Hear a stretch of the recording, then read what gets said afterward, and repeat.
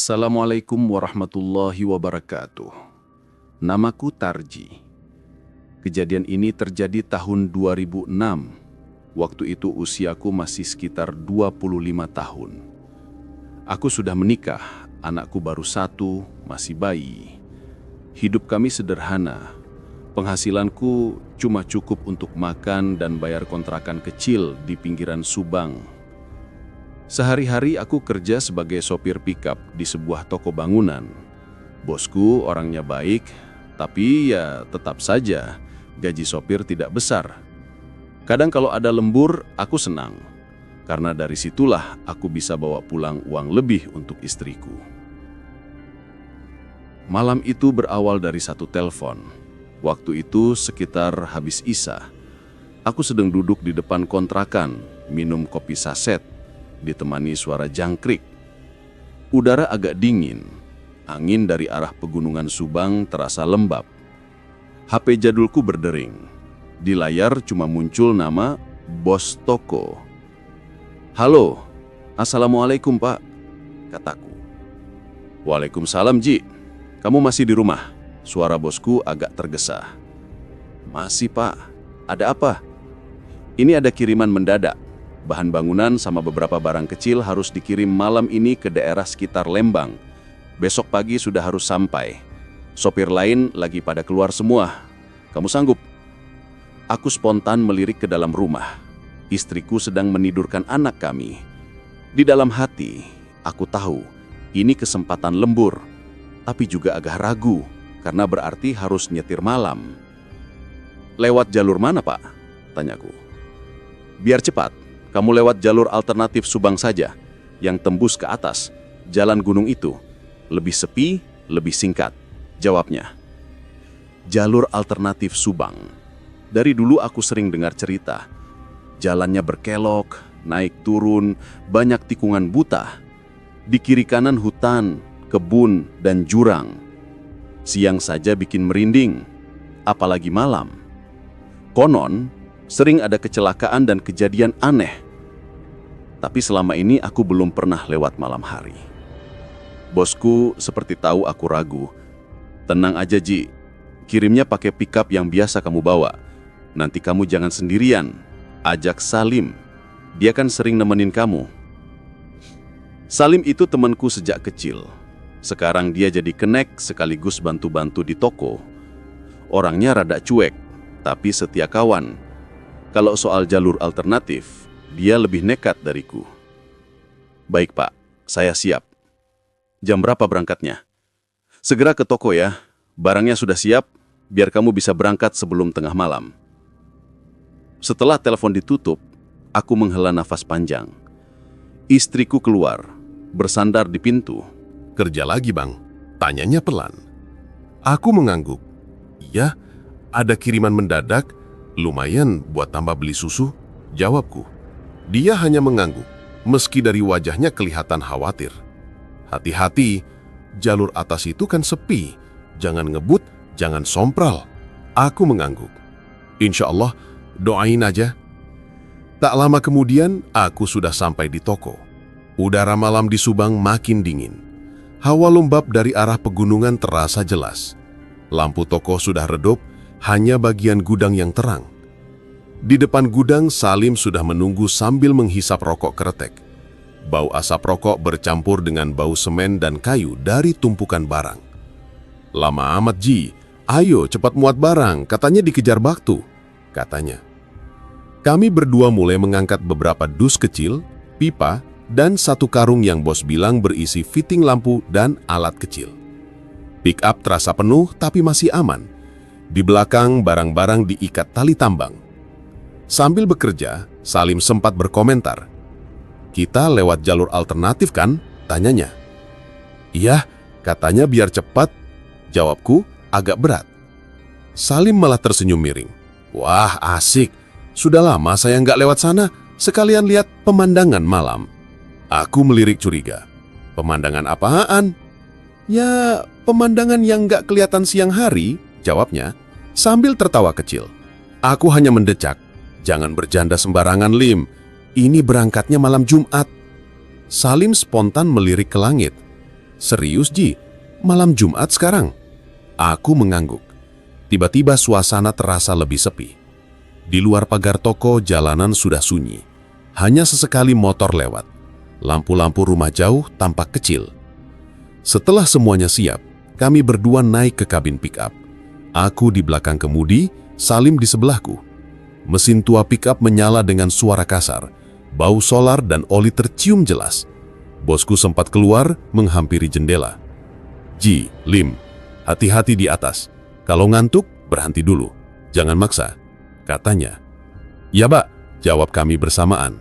Pikap kami melaju meninggalkan toko, masuk ke jalan utama sebentar, lalu berbelok ke arah jalur alternatif Subang. Lampu kota perlahan-lahan tertinggal di belakang, berganti dengan rumah-rumah yang makin jarang, lalu masuk ke daerah yang gelap. Semakin naik, udara makin dingin. Kaca samping sedikit berembun. Di kiri kanan jalan mulai tampak kebun teh dan pepohonan tinggi. Lampu jalan hampir tidak ada, hanya lampu pikap yang membelah gelap. Di satu tikungan tajam, aku melihat sebuah pohon besar berdiri tepat di luar pembatas jalan. Di sampingnya ada beberapa batu kecil tersusun rapi, seperti nisan tanpa nama. Di dekat situ, ada papan kayu tua bertuliskan samar, hati-hati, jalur rawan kecelakaan. Saat pikap melewati tikungan itu, tanpa angin, tanpa apa-apa, tengkuku tiba-tiba terasa sangat dingin. Bulu kuduku berdiri. Entah kenapa, dari pesan lembur biasa, perasaan malam itu berubah jadi tidak biasa sama sekali. Begitu melewati papan peringatan jalur rawan kecelakaan itu, suasana di kabin langsung terasa beda. AC tidak terlalu dingin, tapi kulitku merinding. Jalanan mulai menanjak, tikungan makin rapat, kiri kanan gelap oleh kebun dan hutan. Salim menyalakan tip tua di dashboard. Suara musik dangdut keluar pelan, kadang tersendat karena kasetnya sudah lama.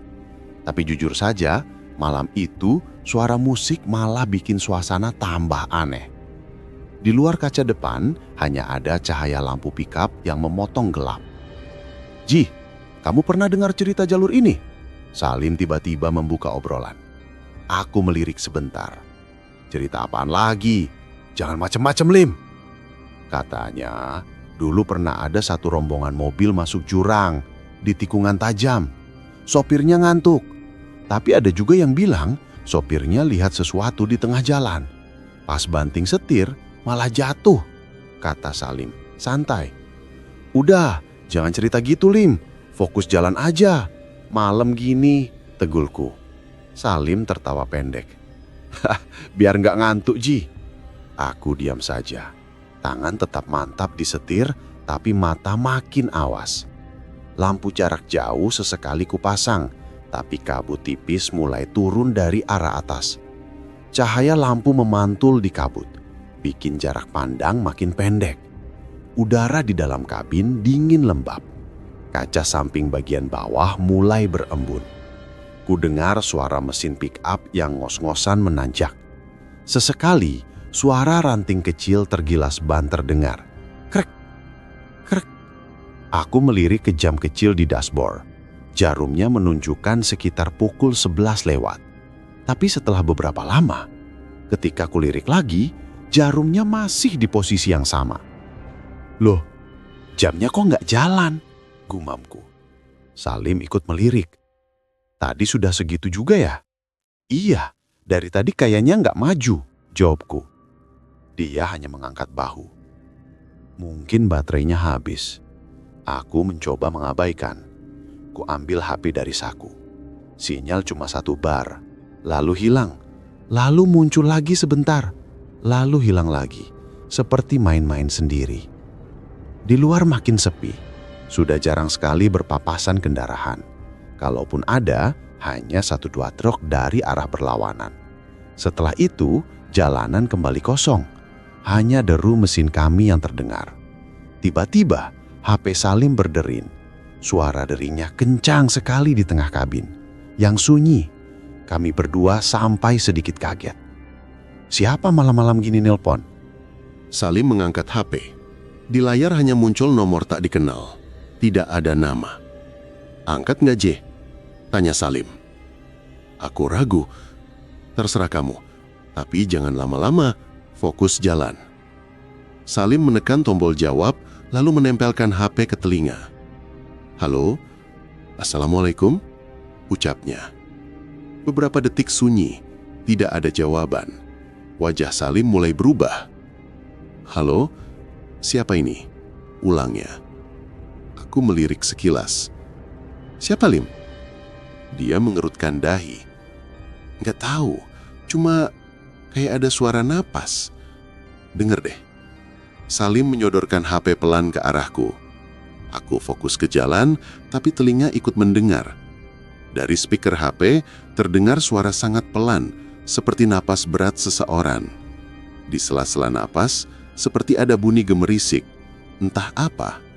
Lalu di tengah suara itu, samar sekali, ada suara perempuan berbisik. "Jangan, lewat sini."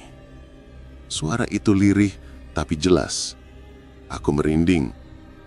"Matikan, Lim," kataku cepat. "Jangan diladenin." Salim langsung menekan tombol tutup. Layar kembali gelap, suasana di kabin hening lagi. Hanya tersisa suara mesin dan angin di luar. "Nomornya siapa itu?" tanyaku. "Nomor nggak dikenal. Tadi sebelum diangkat, sinyal sempat naik penuh. Terus pas diangkat, cuma 1 bar." Jawab Salim. Suaranya mulai tidak senyantai tadi. Aku menarik napas pelan. Di dada terasa sesak sedikit. "Nanti, kalau bunyi lagi, jangan diangkat," kataku. Salim mengangguk, kali ini tanpa bercanda. Beberapa menit kemudian, gangguan lain mulai terasa. Dari spion tengah, aku melihat cahaya lampu seperti motor yang mengikuti di belakang.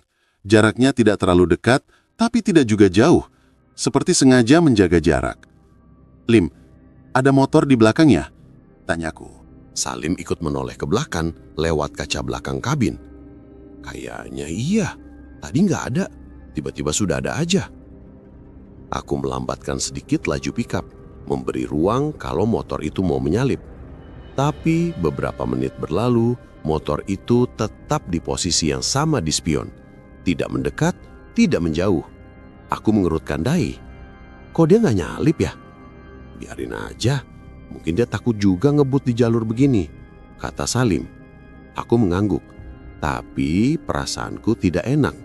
Entah kenapa, setiap kali melirik spion, rasa dingin di tengkuk langsung muncul lagi. Di salah satu turunan, jalan sedikit lebih lebar. Aku sengaja mengurangi kecepatan agak banyak, lalu sedikit meminggir, memberi ruang lebar di kanan. "Kalau mau lewat-lewatlah," gumamku. Tapi sampai beberapa detik, motor itu tetap tidak menyusul. Padahal, kalau pengendara normal, pasti sudah ambil kesempatan. Aku melirik lagi ke spion. Lampu motor masih ada di sana. Tapi kali ini, karena posisinya pas, aku bisa melihat sedikit bayangan pengendaranya. Tubuhnya tegak, memakai jaket gelap. Tapi, kepala pengendaranya terlalu miring ke samping. Seperti hampir jatuh, tapi tidak benar-benar jatuh. Dalam remang spion, aku tidak bisa lihat jelas wajahnya. Hanya bentuk yang aneh. Aku menelan ludah. "Lim, kamu lihat jelas motor itu?" Salim menoleh lagi. Detik berikutnya, wajahnya berubah. "Ji, loh, kok?" Dia tidak melanjutkan kalimatnya. "Apa?" paksaku. "Barusan saya lihat orangnya kayak nunduk banget, kepalanya miring. Terus?" Dia terdiam lagi. "Terus apaan, Lim?" "Sekarang nggak ada." Suaranya pelan. Aku melirik spion lagi. Kosong. Tidak ada lampu apapun di belakang. Gelap total. Padahal detik sebelumnya jelas ada. Deg. Jantungku berdegup makin kencang. Telapak tangan di setir mulai berkeringat. Mungkin dia tadi belok ke jalan kecil. Aku mencoba menghibur diri. "Belok kemana, Ji? Dari tadi kiri kanan cuma jurang sama kebun. Nggak ada cabang jalan," jawab Salim. Kami terdiam lagi. Suasana jadi makin berat. Rasanya seperti ada yang mengawasi, tapi tidak kelihatan. Tidak lama setelah itu, gangguan berikutnya muncul. Di depan, di pinggir jalan sebelah kiri, terlihat sosok kecil berdiri. Awalnya kupikir hanya patung atau tonggak kayu. Tapi begitu semakin dekat, aku bisa melihat jelas. Seorang anak kecil, umur sekitar 6 atau 7 tahun, memakai baju seperti kaos tipis yang basah menempel di badan, celana pendek, rambutnya menutupi sebagian wajah. Di bawah lampu pick-up, bajunya tampak meneteskan air. Anak itu berdiri menghadap jalan, sedikit menunduk. Satu tangannya terangkat, seperti melambai pelan. "Ci, ada anak kecil malam-malam begini di sini?" Suara Salim bergetar. Aku refleks menginjak rem sedikit, tapi tidak bisa berhenti mendadak. Jalanan licin dan menurun. Aku hanya bisa mengulangi kecepatan. "Anak kecil dari mana?" gumamku. Pick up lewat tepat di samping anak itu. Dalam sepersekian detik, aku bisa melihat lebih jelas.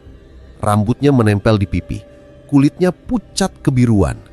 Mata yang terlihat di balik rambut kosong menatap lurus ke depan. Dan yang paling membuatku hampir kehilangan kendali, kaki anak itu tidak menyentuh tanah, menggantung beberapa sentimeter di atas permukaan jalan.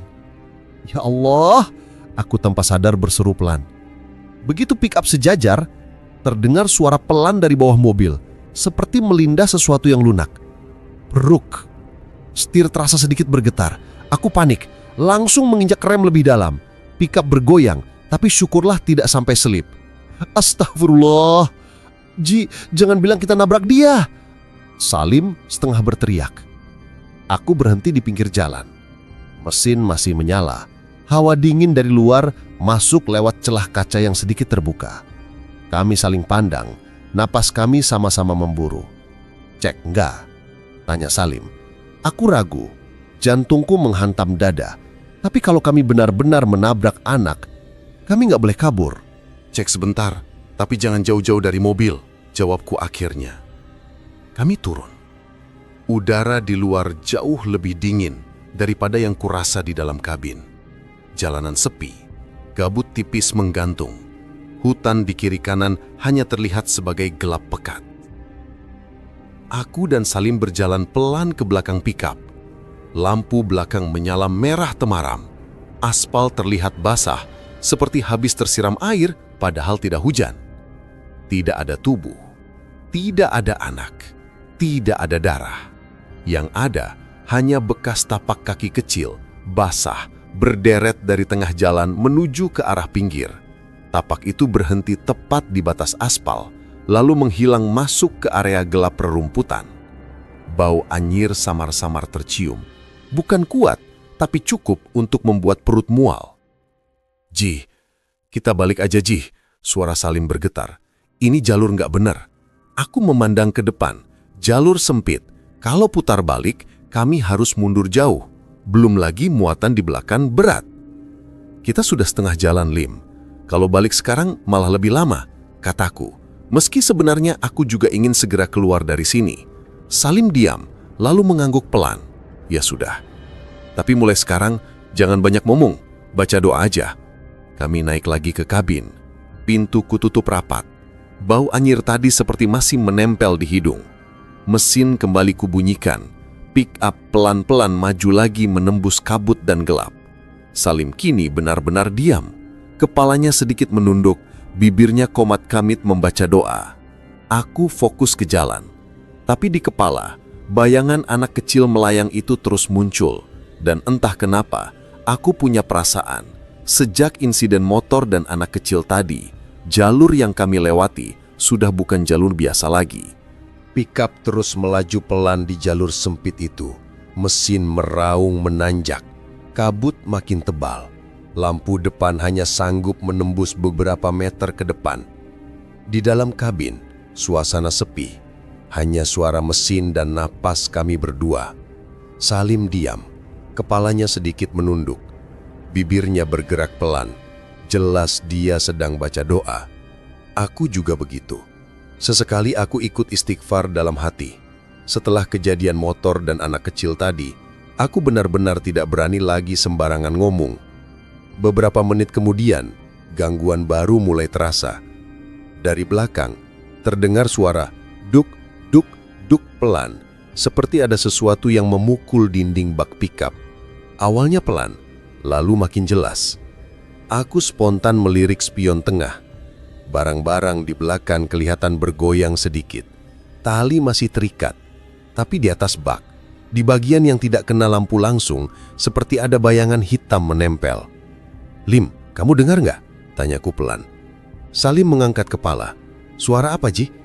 "Kayak ada yang naik di atas bak," jawabku. Begitu aku selesai bicara, suara itu terdengar lagi. Kali ini bukan cuma duk-duk-duk. Ada suara gesekan di atap kabin, tepat di atas kepala kami. Seperti ada tumit kaki menyeret pelan. "Jangan bercanda, Ji," suara Salim melemah. "Aku nggak bercanda, kamu dengar sendiri," kataku. Kami terdiam, fokus ke suara di atas. Jalanan di depan tetap harus kupegang, tapi telinga rasanya tertarik ke atas atap pickup. Tiba-tiba, dari arah belakang, jelas terdengar suara orang melompat ke bak. Jedek, pickup sedikit oleng, seperti mendadak dapat beban tambahan. Setir sedikit tertarik ke kiri. Refleks, aku tahan kuat-kuat. "Ji, ada yang naik!" Salim hampir menjerit. Aku menelan ludah. "Tenang, tenang, jangan panik dulu." Tapi suara di atas bak tidak berhenti. Ada suara langkah pelan duk-duk-duk, seolah-olah ada orang berjalan di atas barang-barang yang kami angkut. Sesekali terdengar suara benda kecil bergeser, mungkin dus atau pipa. Aku melirik spion. Dalam pantulan kaca, di bagian atas bak, samar-samar terlihat sesuatu seperti kaki menggantung di belakang, kotor, gelap, seperti penuh lumpur. Kaki itu bergoyang pelan, seolah-olah pemiliknya sedang duduk di tepian bak. Saat aku berkedip, kaki itu hilang. Spion kembali hanya menampilkan bayangan barang dan tali tambang. "Ji, kamu lihat?" tanya Salim pelan. "Lihat," jawabku singkat. Salim mulai gelisah, tangannya meremas ujung jok. "Kita berhenti dulu nggak? Cek ke belakang?" Aku ragu. Kalau berhenti di tanjakan sempit begini, bahaya. Tapi kalau dibiarkan, pikiranku makin kacau. Akhirnya di turunan kecil yang agak lebar, aku pelan-pelan mengarahkan pick up ke pinggir jalan. Mesinku putar ke netral, tangan tetap di rem. "Cek cepet aja, Lim. Jangan jauh-jauh," kataku. Kami turun. Udara malam terasa sangat dingin. Napasku terlihat seperti asap tipis. Jalan sepi. Tidak ada suara jangkrik, tidak ada angin. Hanya ada kabut yang menggantung di sekitar lampu pickup. Kami jalan pelan ke belakang. Lampu rem merah menyala, menerangi sedikit area bak. Barang-barang masih di tempatnya. Tali tambang masih kuat, tidak ada orang. Tapi, di dinding luar bak, dekat roda belakang, ada bekas seperti lecet panjang. Warnanya gelap, agak mengkilat. Kalau diperhatikan, warnanya bukan cuma lumpur. Ada warna merah kecoklatan yang sudah mengering. "Ji, ini kayak bekas apa?" Salim menunjuk. Suaranya pelan. Aku mendekat. Bau anyir tipis tercium. Tidak terlalu kuat, tapi cukup untuk membuatku mual. "Sudah, jangan dipegang," kataku. Aku melirik ke tanah di belakang mobil. Di sana, tepat di tengah jalan, ada jejak kaki kecil basah, berbeda dengan tapak anak yang tadi. Jejaknya ini lebih besar, seperti kaki orang dewasa. Jejaknya mengarah ke belakang, lalu berhenti tepat di sisi bak pick-up. Setelah itu hilang, tidak ada jejak menjauh lagi. Seolah-olah pemilik jejak itu masih berada di atas bak. Salim mundur satu langkah. "Ji, kita masuk mobil lagi aja. Saya nggak enak di sini." Aku mengangguk cepat. Kami kembali ke kabin. Begitu pintu tertutup, suara di luar seperti tertahan. Tapi hawa dingin di dalam justru tambah menusuk. Sesaat setelah aku menyalakan mesin lagi, sesuatu membuatku melirik spion tengah. Dan kali ini, darahku serasa berhenti mengalir. Di pantulan kaca, di bangku tengah antara aku dan Salim, terlihat ada sosok lain duduk. Padahal di kabin hanya ada 2 kursi, tapi di pantulan ada 1 kepala tambahan. Rambutnya menutupi hampir seluruh wajah. Bajunya gelap, basah. Kepalanya menunduk, seolah sedang melihat lutut sendiri. Aku spontan menoleh ke samping. Kursi di sebelahku tetap hanya diisi Salim Tidak ada orang lain. Aku menelan ludah. "Lim, jangan lihat spion," kataku pelan. Salim mengerutkan dahi. "Kenapa?" "Pokoknya jangan. Kamu lihat jalan depan aja," jawabku cepat. Tapi manusia memang susah dilarang. Semakin dibilang jangan, semakin penasaran. Aku bisa melihat dari ujung mata, Salim pelan-pelan melirik spion. Detik berikutnya, tangannya langsung mencengkram pahanya sendiri. Ya Allah, napasnya tersendat. "Ji, di spion ada yang ikut duduk." Aku berusaha tetap fokus ke jalan, tapi suaraku juga bergetar. "Biarin, jangan diajak ngomong. Baca doa aja." Dari arah kursi tengah yang sebenarnya kosong, tiba-tiba tercium bau amis, campuran bau tanah basah dan darah. Suasana di kabin makin sesak, seperti ada orang ketiga yang diam, tapi memenuhi tempat. Pelan-pelan, dari dekat telingaku, terdengar suara napas berat. Lalu suara pelan, hampir seperti bisikan tertahan. "Antarkan aku pulang." Suaranya lirih, serak, seperti orang kehabisan napas. Aku tidak menjawab. Dalam hati aku hanya baca, "Astaghfirullah, Allahumma sholli ala Muhammad," berulang-ulang. Salim juga mulai membaca ayat kursi pelan-pelan. Suaranya bergetar. Beberapa kata patah karena menahan takut. Begitu ayat kursi hampir selesai kami baca, suara di atas bak mendadak keras lagi. Duk, duk, duk. Seperti ada yang meloncat-loncat marah. Pick up bergoyang hebat. Setirku ikut tertarik ke kanan. "Astagfirullah, pegangan Lim!" teriakku. Aku cepat memutar setir ke kiri. Ban sempat menginjak batu di pinggir jalan. Selangkah lagi, kami bisa tergelincir ke bahu jalan yang curam. Jantungku serasa mau copot. Dalam kondisi hampir keluar jalur itu, mataku sempat menangkap sesuatu di depan. Di tengah kabut, di pinggir tikungan, berdiri sosok tinggi besar, hitam, seolah sedang mengawasi kami. Matanya merah redup, mengikuti arah pick up yang oleng. Aku tidak berani menatap lama. Aku hanya fokus mengembalikan setir ke jalur yang benar. Saat mobil kembali lurus, gema suara di atas bak pelan-pelan berhenti. Hanya tersisa bunyi mesin ngos-ngosan. Napas kami berdua juga berat. Salim menunduk dalam-dalam. "Ji, kalau kita terus kayak gini, saya nggak yakin kita bisa selamat sampai bawah," katanya pelan. Aku diam, pikiranku kacau.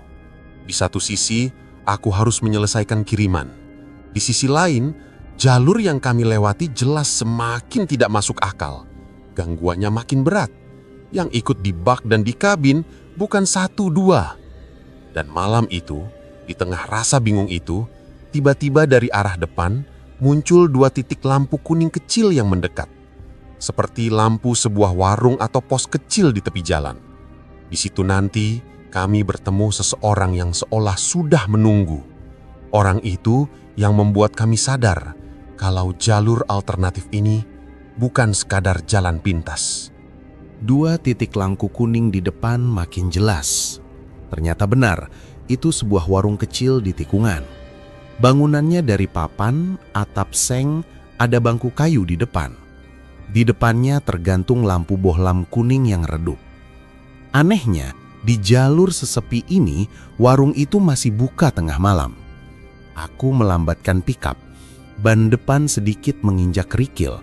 Suara krek-krek terdengar jelas. Hawa dingin di kabin tidak berkurang, tapi setidaknya ada perasaan sedikit lega karena melihat bangunan dan cahaya. "Kita berhenti sebentar, Ji?" tanya Salim pelan. "Iya, saya juga butuh tarik napas," jawabku. Aku memarkir pickup di depan warung, agak menepi. Mesin tidak langsung kumatikan, hanya kubiarkan langsam.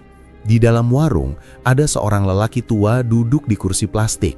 Pakaiannya sederhana, baju lengan panjang kusam, sarung kotak-kotak, dan peci hitam.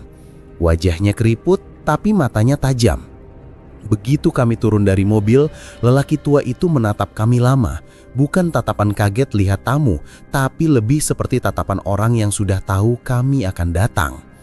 Malam Pak, sapa Salim sopan walaupun suaranya masih bergetar. Malam, jawab lelaki tua itu pendek, suaranya berat, pelan. Aku dan Salim duduk di bangku panjang di depan warung. Di meja kayu ada termos, beberapa gelas dan bungkus mie instan. Bau kopi hitam tercium samar bercampur bau kayu basah. Dari bawah, tanya lelaki tua itu. Iya Pak, mau kirim barang ke arah atas, jawabku. Dia mengangguk pelan. Lewat jalur ini, malam-malam, berani juga kalian, katanya tanpa ekspresi. Kalimat itu langsung membuat bulu kuduku merinding lagi. Aku mencoba tersenyum kaku.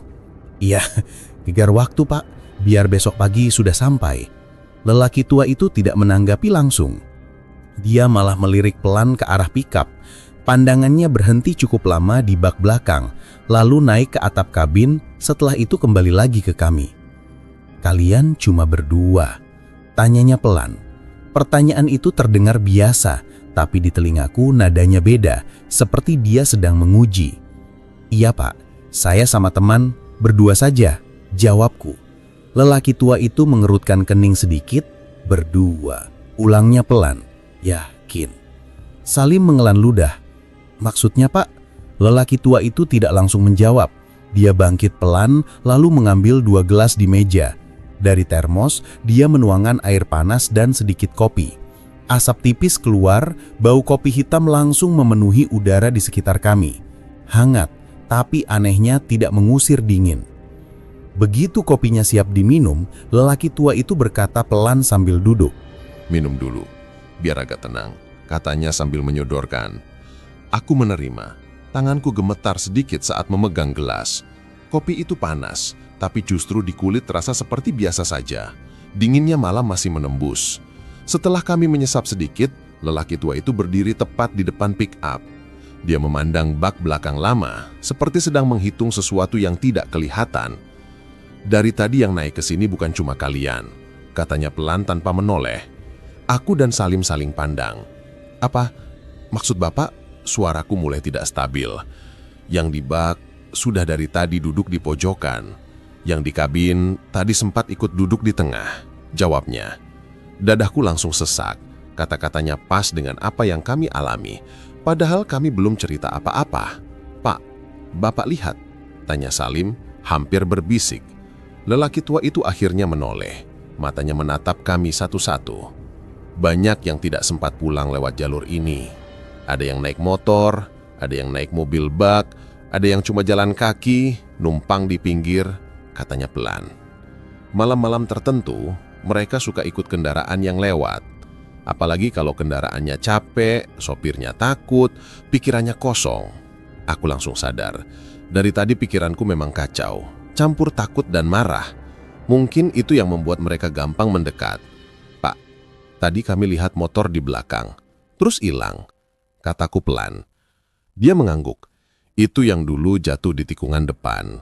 Dia pikir masih bisa nyusul tunangannya di kota. Sekarang tiap lewat kendaraan, sering ikut di belakang. Kadang di spion kelihatan, kadang enggak. Salim menelan ludah. Terus yang anak kecil yang tadi berdiri di pinggir jalan, Pak? Lelaki tua itu memejamkan mata sebentar. Itu korban tertua di jalur ini. Dulu dia tertabrak mobil yang oleng. Sampai sekarang masih suka berdiri di situ. Kalau ada yang berhenti dan turun, biasanya ikut. Aku dan Salim sama-sama merinding. Rasanya seperti semua yang kami alami barusan dibuka satu-satu. Terus yang di bak, Pak? Tanyaku pelan. Yang tadi kayak naik di atas barang. Lelaki tua itu tidak langsung menjawab.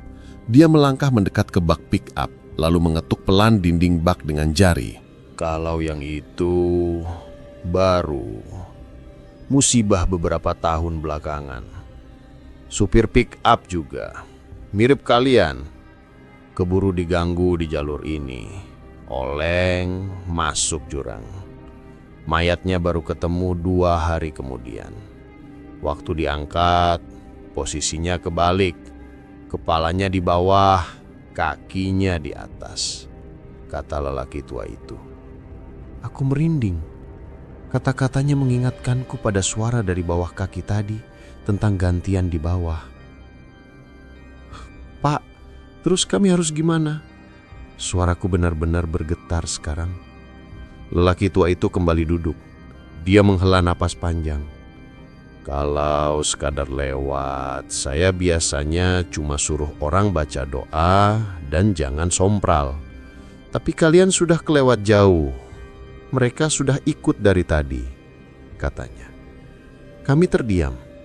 Di sekitar warung, suasana makin senyap. Tidak ada kendaraan lewat. Hanya terdengar suara lampu bohlam yang kadang berdengung halus. Masih jauh Pak ke jalan besar? Tanya Salim. Masih, tapi jalur di depan lebih parah dari yang tadi, jawabnya jujur. Aku menghela napas. Terus kami harus balik. Kalau balik, kalian harus melewati lagi titik-titik yang mereka suka nongkrong, katanya. Jalan terus, kalian akan masuk wilayah yang lebih dalam. Perkataan terakhir itu membuatku benar-benar bingung. Maju salah, mundur salah. Lelaki tua itu mengambil sesuatu dari bawah meja. Sebuah botol kecil berisi air bening. Dia buka tutupnya, lalu membaca sesuatu pelan. Aku tidak mendengar jelas, tapi jelas bukan bacaan sembarangan. Ini cuma usaha, katanya sambil menyodorkan botol itu padaku. Campur sedikit ke air minum kalian, sisanya percikan di kabin dan bak. Niatkan minta perlindungan pada Allah, bukan minta ke airnya. Aku mengangguk, memegang botol itu erat-erat. Makasih Pak. Dan satu lagi, sambungnya. Jangan lagi ngomong di jalan kalau jalur ini cuma jalan pintas. Buat mereka, ini bukan jalan pintas. Ini jalur terakhir sebelum mereka berhenti selamanya. Kalimat itu menamparku. Tadi sebelum berangkat, dalam hati aku sempat mengeluh. Cuma jalur alternatif, paling cuma sepi. Ternyata untuk orang-orang yang meninggal di sini, jalur ini bukan sekedar alternatif. Ini akhir. Saat kami bersiap mau pamit, dari arah samping warung terdengar suara langkah pelan di kerikil. Seperti ada orang mendekat. Aku refleks menoleh. Di situ, di sisi kiri warung, berdiri sosok yang bikin nafasku berhenti sebentar. Wujud perempuan, rambut panjang, pakai baju putih lusuh. Tapi wajahnya rusak di satu sisi. Kulitnya mengelupas, matanya kosong. Di tangan kiri, dia menggandeng seorang anak kecil dengan baju basah. Anak itu menunduk, rambut menutupi wajah. Mereka berdua berdiri diam beberapa meter dari warung. Tidak bergerak, tidak bersuara, tapi jelas menatap ke arah kami. Ji, Salim berbisik lirih. Mereka. Lelaki tua itu berdiri, membelakangi mereka. Tapi aku yakin dia tahu ada yang berdiri di belakangnya. Jangan menoleh lagi, katanya pelan. Masuk mobil, jalan pelan, jangan ajak ngomong, jangan menatap apapun di kaca. Kalau tiba-tiba bau anyir, baca doa dalam hati. Aku dan Salim tidak berani banyak tanya. Kami pamit seadanya. Kaki rasanya berat saat melangkah ke pickup, tapi kami tahu diam di warung terlalu lama juga bukan solusi. Begitu pintu mobil tertutup, aku sempat menoleh sekali lewat kaca samping. Warung itu tetap di tempatnya. Lampunya kuning redup, lelaki tua itu berdiri di depan warung, menatap kami pergi. Di sisi warung, perempuan berwajah rusak dan anak kecil tadi masih berdiri. Tapi kini, di belakang mereka, ada beberapa bayangan lain. Ada yang seperti pengendara motor, ada yang seperti laki-laki pakai jaket duduk di tanah. Pickup perlahan meninggalkan warung. Lampu kuning di belakang makin kecil, lalu hilang ditelan kabut. Di dalam kabin, bau anyir mulai tercium lagi. Tapi kali ini bercampur bau tanah basah yang lebih kuat. Seolah-olah sesuatu yang tadi hanya menonton dari kejauhan, sekarang ikut berjalan di belakang. Atau di samping. Atau mungkin sebagian sudah ikut naik. Dan jalur di depan, kata lelaki tua tadi, lebih parah daripada yang sudah kami lewati. Begitu roda pikap meninggalkan halaman warung, dada rasanya langsung berat lagi. Lampu kuning warung cepat menghilang di belakang. Depan kami hanya gelap, kabut dan jalan sempit yang menurun naik. Di dalam kabin, aku teringat botol kecil yang tadi diberi lelaki tua itu. Air bening yang katanya cuma ikhtiar, selebihnya tetap minta perlindungan pada Allah. "Lim, ambil botol di kantong pintu," kataku pelan. Salim meraba. Dia menemukan botol itu, lalu menyerahkannya padaku. Tanganku gemetar saat membukanya. Bau airnya biasa saja, tidak ada yang aneh, tapi suasana di sekeliling kami terasa sangat tegang. Kata bapak tadi, campur sedikit ke minum, sisanya dipercik ke kabin sama bak, ujarku. Salim mengangguk. Dia menuang sedikit ke tutup botol, lalu mencampur ke air minumnya sendiri. Aku juga begitu. Kami minum pelan-pelan sambil baca basmalah dan doa seadanya. Sisanya, ku pindah ke telapak tangan. Aku kibaskan ke dashboard, ke setir, ke jok, dan ke kaca depan. Salim ikut mengusap sedikit ke pintu samping. "Bismillah, ya Allah, lindungi kami," batinku. Setelah itu, kami diam beberapa saat. Hanya suara mesin dan ban yang terdengar. Tapi jujur saja, hawa dingin di kabin masih ada. Bau tanah basah bercampur anyir tipis masih tercium. Artinya, apapun yang ikut tadi belum tentu langsung pergi. Jalanan di depan makin sempit. Pohon-pohon di pinggir jalan condong ke arah kami. Cabang-cabangnya seperti tangan, melambai pelan setiap kali lampu kami menyapu. Beberapa tikungan terasa aneh. Seperti kami sudah lewat situ tapi kembali lagi. Batu besar di pinggir jalan, bentuk pohon, dan papan kecil bekas kecelakaan terlihat mirip. Aku sampai sempat melirik Salim. "Lim, perasaan kita udah lewat batu ini tadi ya?" tanyaku. Salim mengangguk pelan. "Saya juga ngerasa begitu, tapi tadi bapak warung bilang jalur depan lebih dalam. Mungkin ini maksudnya." Aku menghela nafas berat. "Jangan diladenin perasaan itu, nanti malah tambah nyasar." Tiba-tiba, dari arah belakang, terdengar suara berat. Bukan lagi duk-duk pelan, tapi seperti sesuatu meloncat ke bak. Pikap bergoyang kuat, setir terasa berat di tangan. "Astagfirullah," aku spontan berseru pelan. Salim menggenggam tepi jok. "Ji, mereka ikut lagi." Di spion, kali ini aku sama sekali tidak berani lihat lama-lama. Hanya sekilas. Tapi sekilas itu cukup. Di atas bak, di antara tumpukan barang, tampak banyak bayangan duduk. Berdesakan. Ada yang menunduk, ada yang menoleh ke depan. Wajah mereka tidak jelas, tapi bentuknya seperti orang-orang basah kuyup yang baru diangkat dari sungai. Aku langsung alihkan pandangan ke jalan depan. Nafasku mulai pendek.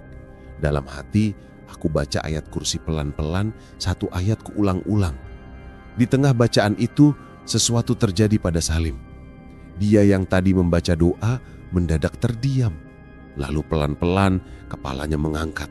Matanya memandang lurus ke depan, tapi pandangannya kosong. "Lim," panggilku pelan. Tidak ada jawaban. "Lim," kali ini sedikit lebih keras. Dia menoleh pelan, matanya terlihat beda. Seperti bukan tatapan Salim yang biasa.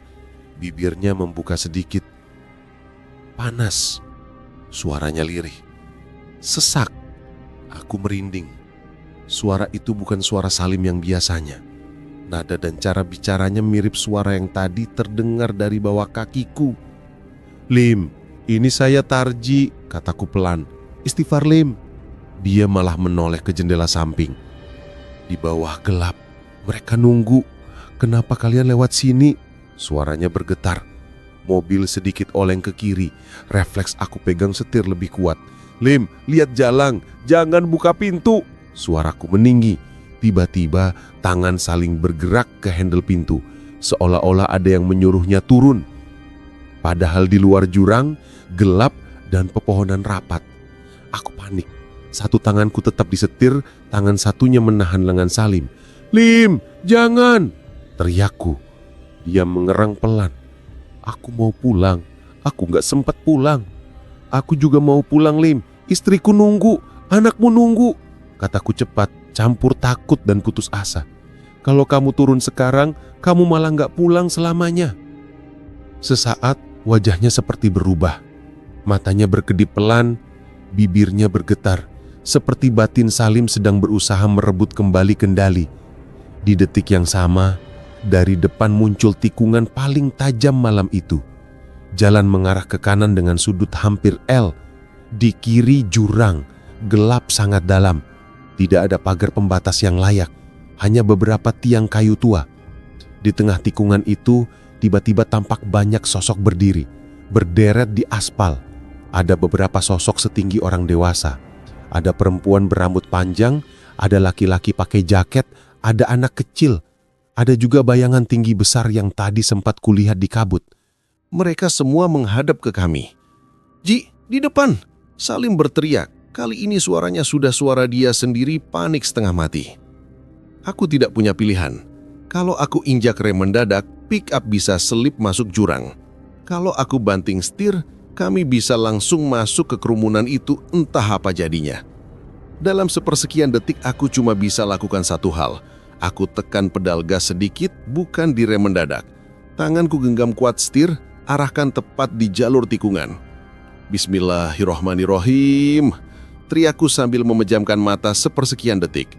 Saat pickup masuk ke tikungan, semua terasa sangat cepat. Dari kaca depan, kulihat sosok-sosok itu tidak mundur. Mereka tetap di tempat. Tapi ketika mobil sudah benar-benar mendekat, sosok-sosok itu lenyap begitu saja, seperti asap tertiup angin. Yang tersisa hanya kabut dan aspal kosong. Ban sempat menggesek kerikil di pinggir jalan. Bagian belakang sempat sedikit melebar. Tapi Allah masih jaga. Mobil tidak sampai keluar jalur. Kami berhasil melewati tikungan itu meski jantung serasa mau copot. Begitu tikungan terlewati, tiba-tiba kabut di depan menipis. Pohon-pohon di kiri kanan mulai berjarak, jalan sedikit melebar. Dan di kejauhan, sangat jauh, tapi terlihat jelas, ada cahaya putih kekuningan yang lebih terang daripada lampu warung tadi. Seperti lampu jalan besar. Aku menghela napas sangat panjang. "Lim, lihat depan." Salim menatap lurus, matanya berkaca-kaca. "Iya Ji, itu lampu jalan besar." Perlahan derum mesin terasa lebih ringan. Suara duk-duk di bak belakang menghilang. Bau anyir menipis, berganti bau knalpot dan tanah lembab biasa. Dingin masih ada, tapi tidak sesesak tadi. Hawa di kabin seperti pelan-pelan lega. Untuk memastikan, aku melirik spion tengah. Bak masih penuh barang. Tidak ada lagi bayangan duduk di sana. Di kaca samping kanan tidak ada sosok lain di kursi tengah. Hanya aku dan Salim benar-benar berdua. Salim menutup wajah dengan kedua tangan, lalu mengusapnya pelan. "Alhamdulillah Ji, kalau tadi kita panik sedikit saja, mungkin sekarang kita sudah nggak ada," katanya lirih. Aku mengangguk, tenggorokanku kering. "Iya, masih dikasih kesempatan pulang," jawabku pelan. Beberapa menit kemudian, kami benar-benar keluar ke jalan besar. Ada lampu jalan, ada beberapa truk lewat, ada warung-warung pinggir jalan yang masih buka. Suasana yang tadinya mencekam mendadak terasa sangat normal. Kami berhenti di sebuah masjid kecil dekat pertigaan. Waktunya sudah hampir masuk waktu subuh. Aku matikan mesin, kami turun dengan kaki lemas. Di halaman masjid, kami duduk sebentar di teras. Udara masih dingin, tapi sudah bercampur bau wangi kayu dan karpet masjid. Dari dalam, terdengar orang tua sedang mengaji pelan. Salim menatapku. "Ji, saya sumpah, kalau bisa, saya nggak mau lewat jalur tadi lagi malam-malam." Aku mengangguk. "Saya juga. Kalau siang pun, nanti harus mikir berkali-kali," jawabku. Kami berdua masuk, ambil wudhu, lalu sholat sunnah sebisa kami. Dalam sujud, aku tidak bisa menahan air mata. Terbayang wajah istriku, terbayang anakku yang masih bayi, terbayang juga sosok-sosok yang tadi kami lihat di jalur itu. Dalam hati aku berkata, "Ya Allah, terima kasih masih Engkau kasih kesempatan hidup. Ampuni juga mereka yang meninggal di jalur tadi. Kalau kami tadi kelewatan takut, kelewatan ngomel, maafkan kami." Setelah sholat, kami duduk lagi di teras, menunggu azan subuh. Di depan masjid, jalan besar mulai agak ramai. Suara kendaraan lewat terdengar wajar. Tidak ada kabut, tidak ada bau anyir, tidak ada bayangan aneh. Malam itu tidak pernah aku sebut sebagai mimpi. Itu kejadian nyata yang sampai sekarang kalau aku ceritakan masih membuat bulu kuduk berdiri. Sejak hari itu, aku dan Salim sepakat. Kami tetap kerja sopir, tetap kirim barang. Tapi kalau ada yang menyuruh lewat jalur alternatif Subang pada malam hari, kami akan pikir 1000 kali. Kalau memang terpaksa, kami akan banyak-banyak baca doa, jaga lisan, dan tidak lagi memandang jalur itu sebagai jalan pintas. Karena buat kami, jalur itu bukan cuma jalan alternatif. Itu jalur yang penuh dengan orang-orang yang perjalanan pulangnya tidak pernah sampai. Teman-teman, dari kejadian yang kualami bersama Salim di jalur alternatif Subang tahun 2006 itu, aku belajar satu hal penting. Perjalanan malam bukan hanya soal nyali dan kejar waktu. Di luar sana, ada banyak tempat yang pernah jadi saksi orang-orang kehilangan nyawa. Mereka dulu juga seperti kita, cuma ingin cepat sampai rumah, cuma ingin cari nafkah, tapi Allah berkehendak lain. Sejak malam itu, setiap kali aku pegang setir, aku berusaha jaga lisan, tidak sompral, tidak meremehkan jalur yang disebut angker, dan selalu baca doa sebelum berangkat. Karena kita tidak pernah tahu perjalanan mana yang Allah takdirkan jadi perjalanan terakhir. Kisah di jalur alternatif Subang juga mengingatkanku untuk lebih sering mendoakan korban kecelakaan di jalan. Buat kita, baca Al-Fatihah cuma sebentar, tapi mungkin bagi mereka yang meninggal dalam keadaan sulit, doa itu sangat berarti. Jadi, kalau teman-teman lewat jalur yang terkenal rawan kecelakaan, jangan cuma merinding dan cerita seram. Sempatkan doa singkat. Semoga Allah ampuni dosa-dosa mereka, lapangkan kubur mereka, dan jaga perjalanan kita semua. Terima kasih sudah mendengarkan ceritaku sampai selesai. Silahkan bantu like, share, dan subscribe. Juga tulis pengalaman kalian di kolom komentar. Siapa tahu bisa jadi pelajaran untuk yang lain. Wassalamualaikum warahmatullahi wabarakatuh.